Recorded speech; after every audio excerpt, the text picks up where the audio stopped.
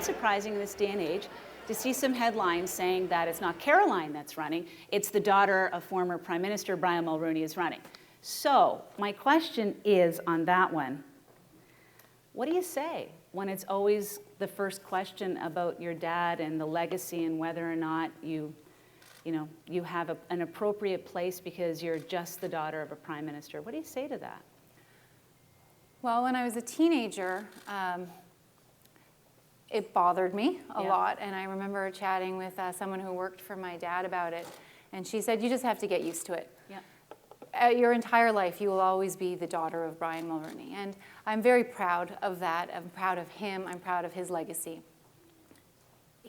I was 19 when he resigned, and so it's been 25 years, and I've been working hard, building a life and a family, and I take a lot of what I learned from our time in Ottawa and what he taught me, but my name's Caroline, and I put my name forward because of what I bring to it, and I learned a lot from my family, just like everybody learns a lot from their own, but I'm bringing my own experience and my own perspective to this.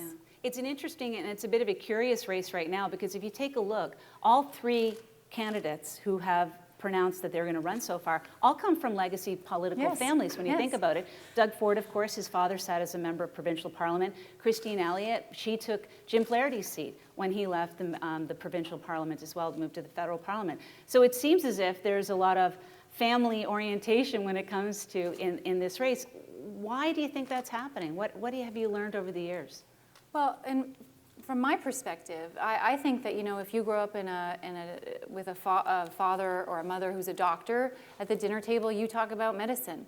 And for us, we talked about politics.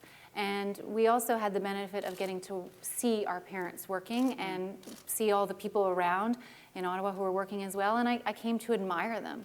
And I thought that what they were doing was great work.